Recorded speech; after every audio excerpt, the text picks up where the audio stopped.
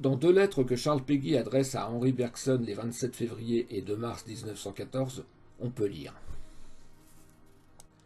Mon cher maître, vous n'avez jamais soupçonné le mal que vous m'avez fait le jour où vous m'avez dit que vous n'aviez plus le temps de me lire.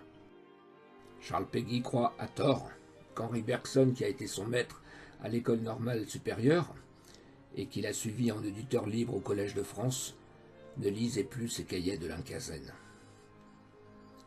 Péguy en est affecté, car il le considère comme le plus grand philosophe de son temps. Il poursuit. Je consentais à tout à 20 ans, d'une misère et d'une solitude croissante, pourvu que je fusse lu par 3 ou 4, dont vous étiez le premier. Quel plus bel hommage pouvait-on trouver pour un portrait de Henri Bergson?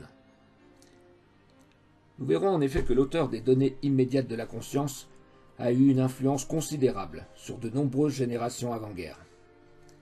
En explorant au-delà de l'intelligence conceptuelle les pouvoirs de l'intuition et l'appréhension des phénomènes dans leur durée, Bergson a permis un éclairage nouveau sur la religion, la morale et l'art. La troisième partie de notre portrait sera consacrée à une analyse de la pensée et le mouvant, ouvrage qui, en rassemblant 9 textes rédigés par le philosophe, constitue un concentré saisissant de son œuvre. Henri Bergson, un philosophe majeur pour la compréhension des phénomènes de la conscience. Henri Bergson est d'abord un élève brillant. Il est né en 1859 à Paris d'une famille juive polonaise par son père et juive anglaise par sa mère. Sa famille vécut à Londres quelques années après sa naissance, puis, vers ses 9 ans, ses parents s'établirent en France. À 18 ans, il opte pour la nationalité française.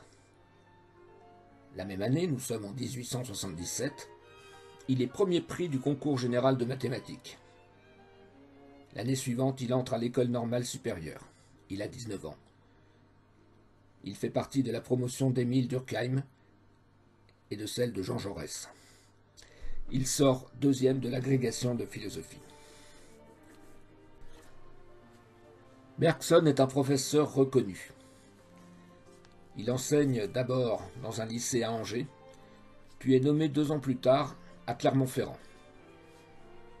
Il publie en 1884 des morceaux choisis de Lucrèce, accompagnés d'une étude critique du texte et de la philosophie du poète. En parallèle, il rédige l'essai sur les données immédiates de la conscience, qu'il soumet en même temps qu'une courte thèse en latin sur Aristote, pour son diplôme de docteur ès-lettres qu'il obtient en 1889, à tout juste 30 ans. Bergson s'installe alors à Paris. Et après avoir enseigné quelques mois dans un collège, il est nommé au lycée Henri IV, où il restera 8 ans. En 1892, il se marie et a une fille, Jeanne. En 1896, il publie Matière et mémoire, ouvrage dans lequel il explore les fonctions du cerveau, entreprend une analyse de la perception et de la mémoire, et propose des considérations sur les problèmes de la relation entre l'esprit et le corps. Il montre dans cet ouvrage une connaissance pointue des recherches médicales qui ont été menées pendant cette période. En 1898, Bergson devient maître de conférences puis professeur à l'École normale supérieure. En 1900, il est nommé professeur au Collège de France. Il vient d'avoir 40 ans, un an avant. Il occupe la chaire de philosophie grecque. En 1901, Bergson est élu à l'Académie des sciences morales et politiques. En 1904, à la mort du sociologue Gabriel Tarde, Bergson lui succède à la chaire de philosophie moderne. Bergson, c'est aussi un intellectuel engagé pour la paix.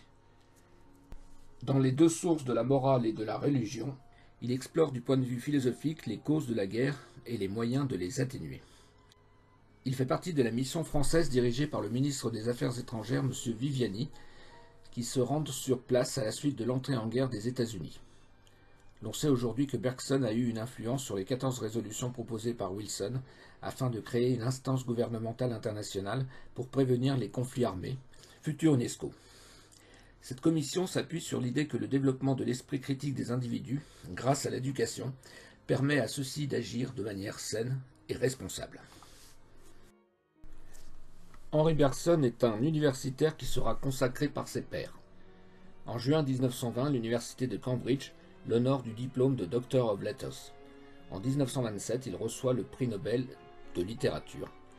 Et en 1930, il est élevé à la dignité de Grand Croix de la Légion d'honneur. Mais à la fin de sa vie, il renoncera à tous ses titres et honneurs, plutôt que d'accepter d'être exempté des lois anti-juives imposées par le régime de Vichy. Et bien que désirant se convertir au catholicisme, il y renoncera par solidarité avec les autres juifs. Il meurt à son domicile le 4 janvier 1941. Il a 81 ans. Sur sa demande, un prêtre catholique officie à son enterrement. Si après avoir étudié l'homme, l'on se penche sur son œuvre, l'on peut dire que le bergsonisme a eu une influence majeure dans l'histoire de la philosophie. Henri Bergson a subi des influences multiples entre positivisme et mysticisme. Il a d'abord été influencé par le positiviste anglais Herbert Spencer.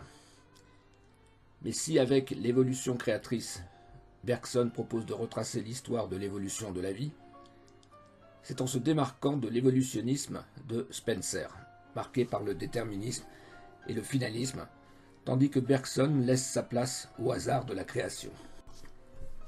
Le philosophe George Berkeley et son immatérialisme, « La matière n'existe pas, ce que je perçois, dit l'évêque anglican irlandais, ce n'est pas la matière mais les qualités sensibles des choses », ont fortement influencé Bergson, qui loue son effort pour critiquer le réalisme des objets.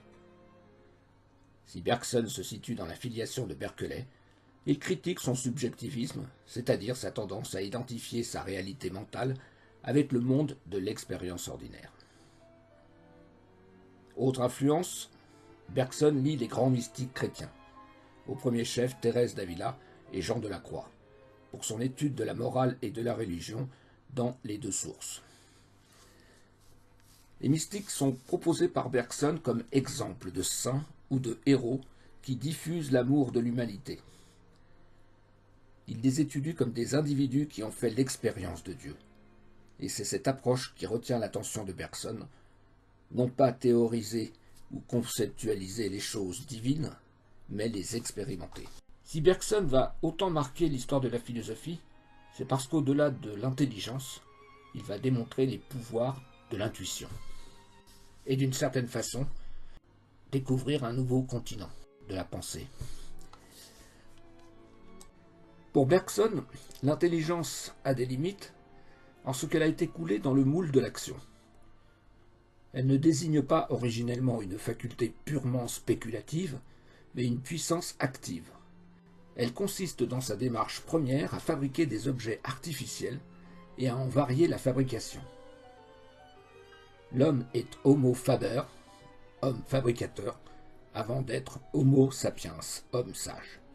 Il s'efforce de dominer la nature et de la faire servir à ses usages. L'intelligence lui permet de prévoir et d'organiser utilement l'action. Or, pour Bergson, cette intelligence a des limites. Pour pénétrer l'absolu, c'est-à-dire ce qui est parfait en ce qu'il est parfaitement ce qu'il est, ce qui ne dépend d'aucun symbole relatif, le philosophe doit prendre une autre voie et tenter de s'abstraire des méthodes et des approches essentiellement adaptées au monde de l'action. Si la science s'est appuyée sur l'intelligence et a appliqué à la matière des procédés de calcul et de mesure, et si ce faisant elle a construit des schémas utiles et s'est prolongée en une pratique, elle n'a pas dépassé la sphère du relatif. Elle a édifié des lois scientifiques, c'est-à-dire des relations constantes entre des grandeurs qui varient, mais sans pénétrer l'absolu. Comment, dès lors, se demande Bergson, atteindre l'absolu? Eh bien, en répudiant, nous dit-il, non seulement l'intelligence, mais le langage, qui lui est intimement lié, c'est-à-dire un ensemble de signes verbaux ne notant des choses que leur aspect le plus commun et le plus banal, soit des signes fixant et figeant ceux qui changent et varient. Or, les signes linguistiques ne sont que des étiquettes collées sur les choses. Les mots désignent des genres, des idées générales, correspondant à un groupe d'êtres présentant des caractères communs. Mais ils ne peuvent exprimer ni le réel objectif, ni notre psychisme profond. Comme l'intelligence, ce sont des instruments d'action. Dès lors, Bergson s'interroge. Et si la voie de l'immédiateté ne possédait pas un privilège par rapport à celle du concept, du discours et de l'intelligence discursive? Et si par un mode de connaissance immédiat, direct, par une sympathie, nous percevions l'objet dans ce qu'il a d'unique et d'inexprimable? Si en un mot, par une intuition, nous pénétrions l'être profond du réel? L'hypothèse est vertigineuse. Elle représente à une époque dominée par l'intellectualisme et le scientisme une révolution copernicienne. Avec l'intuition, Bergson nous invite à un retour vers nous-mêmes, vers ce que nous sommes authentiquement. Et ce retour s'effectue sans intermédiaire. Grâce à cette intuition, nous allons pouvoir découvrir notre vie intérieure, retrouver la durée pure, percevoir la forme que prennent nos états de conscience quand notre moi se laisse vivre, quand il s'abstient d'établir une séparation entre l'état présent et les états antérieurs. En tant que déroulement fluide, hétérogénéité pure, fusion qualitative, la durée représente l'étoffe même de notre moi. Notre devenir est dans cette perspective ininterrompue, souple et qualitative. C'est ce que nous dévoile une investigation métaphysique s'appuyant sur l'intuition. Au confort des catégories de l'intelligence se substitue un devenir qualitatif qui est toujours imprévisible, car le moi fondamental, celui que nous révèlent les données immédiates de la conscience, est liberté. Si le moi superficiel, la partie de notre psychisme modelée par les conventions et la société, se ramène bien souvent à une suite d'automatismes, notre vie intérieure authentique, notre durée, sont en profondeur liberté. On le voit, avec le bergsonisme, les frontières de la liberté et de la mémoire s'étendent. Nous sommes libres, explique Bergson, quand nous dépassons la croûte superficielle du signe linguistique, des mots, du social, quand nos actes émanent de notre personnalité tout entière et l'expriment. La liberté s'expérimente, donc, au contact de notre moi profond, par un accord réel avec lui. La liberté ne fait qu'un avec le jaillissement du moi profond.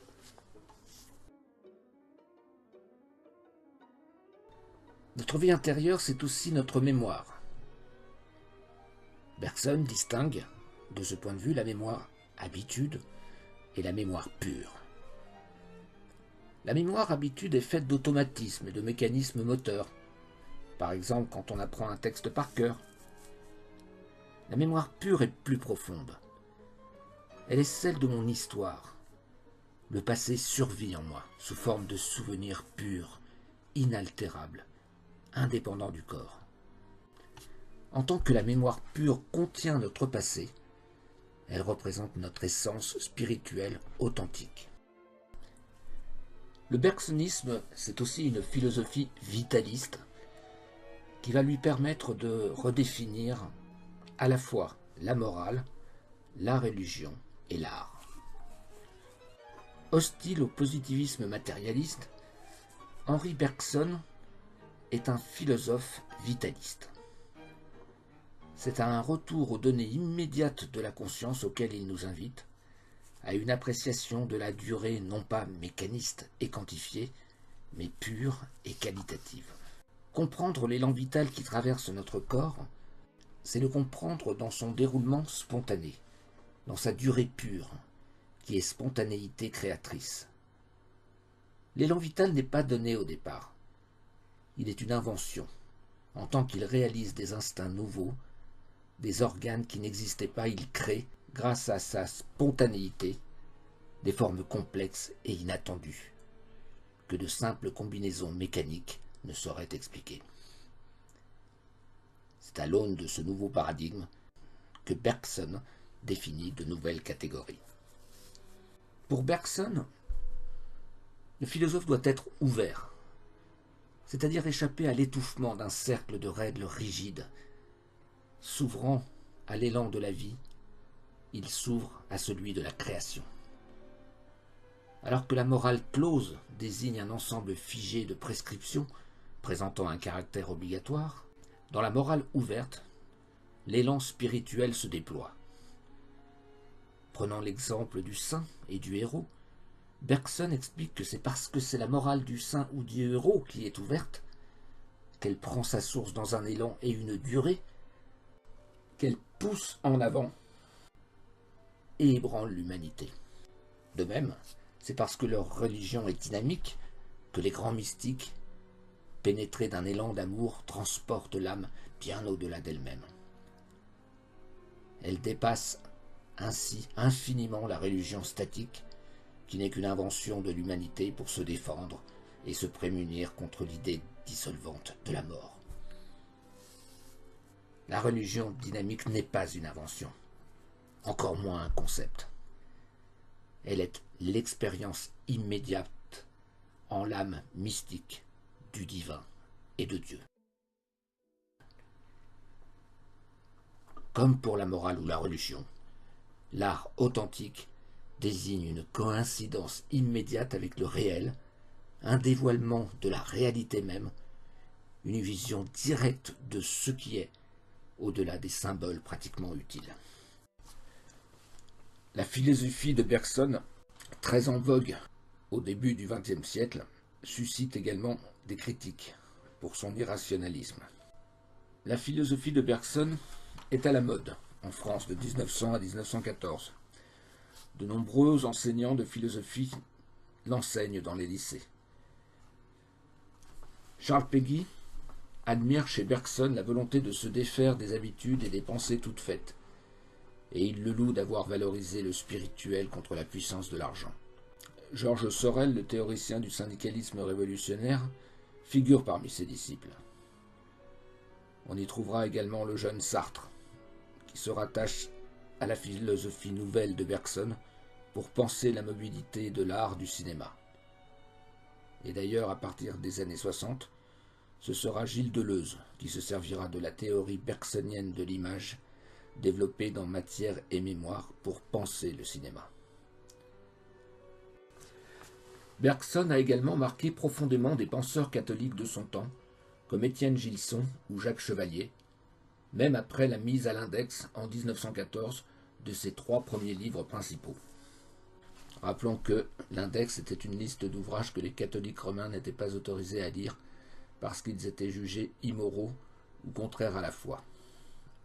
Cette liste a été supprimée par le Vatican en 1966.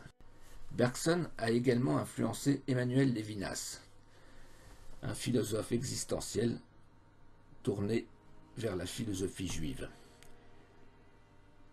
Lévinas situe ainsi l'essai sur les données immédiates de la conscience de Bergson parmi les 5 plus beaux livres de l'histoire de la philosophie. On trouve également des admirateurs de Bergson chez Sartre, comme cela a été dit, et également chez Merleau-Ponty. Mais le bergsonisme est aussi une philosophie critiquée pour son irrationalisme. Les critiques sont importantes. Julien Bindart, connu pour son ouvrage sur la trahison des clercs, et Georges Poitzer, théoricien marxiste, s'opposent à sa philosophie spiritualiste. Il la qualifie d'irrationaliste. Jacques Maritain, philosophe thomiste, étant précisé que le thomisme est un courant philosophique ouvert sur une théologie faisant référence à saint Thomas d'Aquin, rend hommage à Bergson pour avoir redonné ses droits à la métaphysique et à la mystique. Mais il le range aussi dans l'irrationalisme, parce que selon lui, Bergson, dans les deux sources, met l'accent sur l'émotion plutôt que sur la raison comme source de la morale. Venons-en maintenant à l'analyse de l'ouvrage La pensée et le mouvant. L'ouvrage est publié en 1934. Il s'agit du recueil en un seul ouvrage de 9 articles précédemment parus entre 1903 et 1923. Nous les nommerons essais. Dans les 2 premiers essais, Bergson revient sur la distinction entre la notion de concept et la notion d'intuition. Dans le premier essai, le philosophe reproche à ses prédécesseurs, notamment Schelling et Schopenhauer, d'avoir cru que l'intelligence se mouvait dans le temps. Pour Bergson, ce n'est pas le cas. Elle se spatialise et se sert du langage, ce qui produit de l'immobile et fixe le cours du temps et du changement. L'intuition, au contraire, d'après Bergson, devrait nous reconduire dans le temps, à durée, et donc le changement.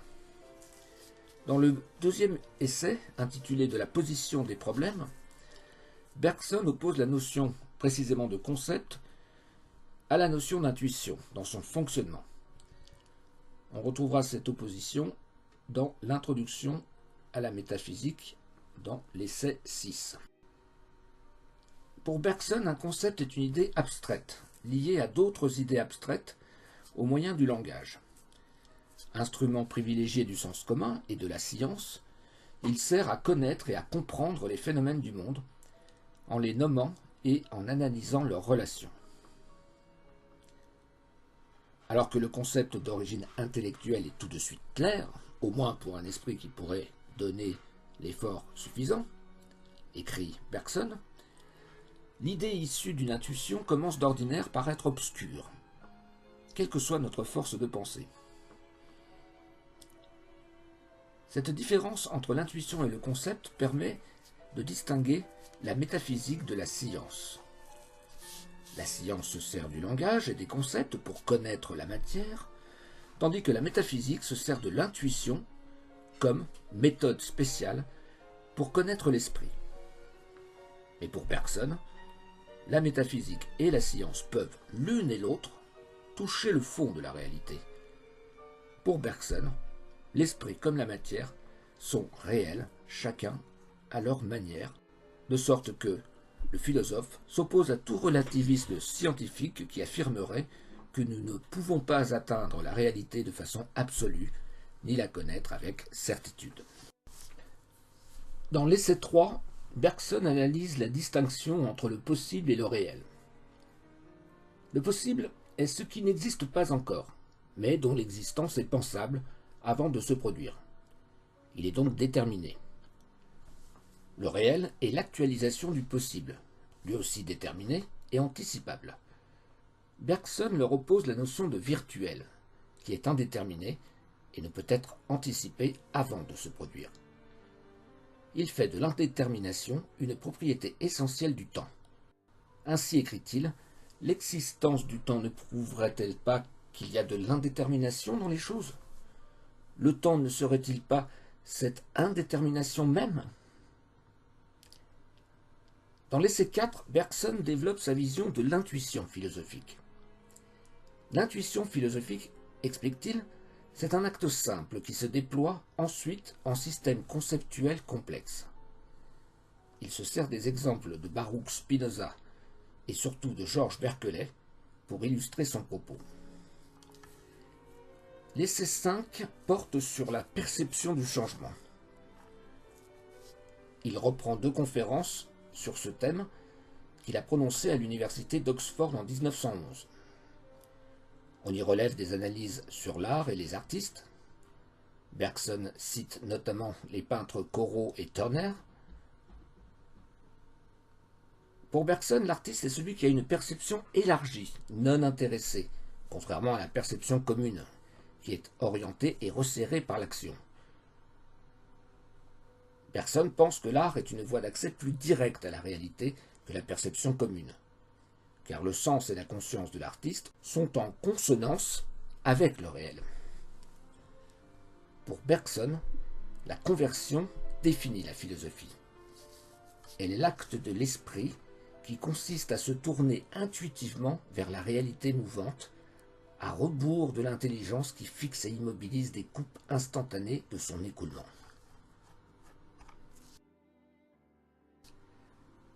L'essai 6 constitue une introduction à la métaphysique. Bergson compare entre elles les définitions de la métaphysique et les conceptions de l'absolu. Il note que les philosophes s'accordent, en dépit de leurs divergences apparentes, à distinguer deux manières profondément différentes de connaître une chose. La première implique qu'on tourne autour de cette chose. La seconde, qu'on entre en elle. La première dépend du point de vue où l'on se place et des symboles par lesquels on s'exprime. La seconde ne se prend d'aucun point de vue et ne s'appuie sur aucun symbole. De la première connaissance, on dira qu'elle s'arrête au relatif, de la seconde, là où elle est possible, qu'elle atteint l'absolu. L'essai 7 porte sur la philosophie de Claude Bernard. Il s'agit du discours prononcé à la cérémonie du centenaire de Claude Bernard au Collège de France le 30 décembre 1913. L'allocution commence ainsi. Ce que la philosophie doit avant tout à Claude Bernard, c'est la théorie de la méthode expérimentale. Or, poursuit Bergson plus loin, la pensée constante de Claude Bernard, dans son introduction, a été de nous montrer comment le fait et l'idée collaborent à la recherche expérimentale. Et pour le philosophe, un des résultats les plus clairs de la méthode expérimentale de Claude Bernard devrait être de nous apprendre qu'il n'y a pas de différence entre une observation bien prise et une généralisation bien fondée. Trop souvent, nous nous représentons encore l'expérience comme destinée à nous apporter des faits bruts. L'intelligence, s'emparant de ces faits, les rapprochant les uns des autres, s'élèverait ainsi à des lois de plus en plus hautes. Généraliser serait donc une fonction, observer en serait une autre. Rien de plus faux que cette conception du travail de synthèse, rien de plus dangereux pour la science et pour la philosophie. L'essai 8 porte sur le pragmatisme de William James. Il a été composé pour servir de préface à l'ouvrage précisément de William James sur le pragmatisme, ouvrage paru en 1911. William James, philosophe américain et frère aîné d'Henry James, le célèbre romancier, est souvent présenté comme le fondateur de la psychologie en Amérique. Évoquant son pragmatisme, Bergson souligne que si au lieu de reconstruire idéalement les choses pour la plus grande satisfaction de notre raison, nous nous en tenions purement et simplement à ce que l'expérience nous donne, nous penserions et nous nous exprimerions d'une toute autre manière. Tandis que notre intelligence, avec ses habitudes d'économie, se représente les effets comme strictement proportionnés à leur cause, la nature, qui est prodigue, met dans la cause bien plus qu'il n'est requis pour produire l'effet. Dans l'essai 9, Bergson rend hommage à Ravesson, son maître en philosophie. Il s'agit d'une notice rédigée par le philosophe sur la vie et l'œuvre de son maître, Félix Ravesson, philosophe et archéologue français qui fut l'élève de Schelling, philosophe, représentant de l'idéalisme allemand et proche du romantisme, et qui eut lui-même pour collègue d'études le philosophe Hegel et le poète Hölderlin. Le philosophe Félix Ravesson s'inscrit dans la tradition du spiritualisme français. Cette notice publiée en 1904 a été lue par Bergson à l'Académie des sciences morales et politiques lorsqu'il succéda à son maître dans cette institution.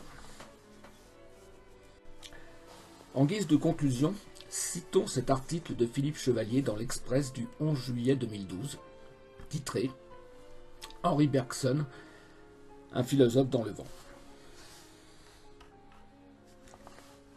Bergson fut le premier philosophe médiatique de l'histoire. Du fait de son physique. Silhouette frêle, moustache courte et col empesé, l'homme aurait pu jouer les pasteurs dans les films de Bergman. On l'imagine susurrer plus que déclamer. Pourtant, toutes les énergies de l'univers brûlaient en lui. Ses cours au Collège de France étaient une attraction parisienne, où se pressaient artistes, officiers et femmes du monde, aux grandes dames des étudiants, indisposés par le bruit des froufrous. Dans la salle, les plus assidus s'appelaient Charles Péguy et Georges Sorel. En 1908, le philosophe américain William James écrivait à un ami : « C'est un homme si modeste et sans prétention, mais quel génie intellectuellement. J'ai le pressentiment que ce qu'il a mis en lumière s'imposera et constituera un tournant dans l'histoire de la philosophie. » De fait, en 1913, sa première conférence à New York causa un embouteillage dans Broadway. Bien avant Foucault ou Derrida, Bergson fut un passeur entre la France et les États-Unis.